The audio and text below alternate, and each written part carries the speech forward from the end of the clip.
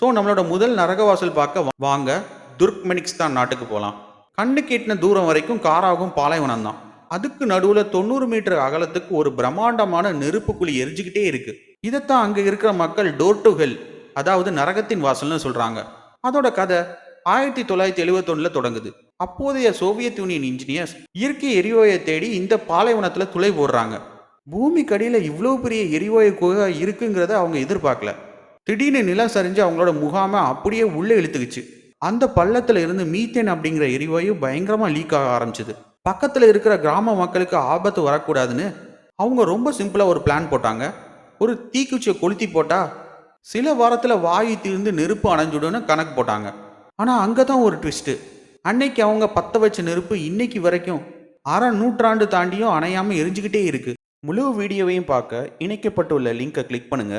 இந்த வீடியோ உங்களுக்கு பிடிச்சிருந்தா ப்ளீஸ் ஒரு லைக் பண்ணுங்க.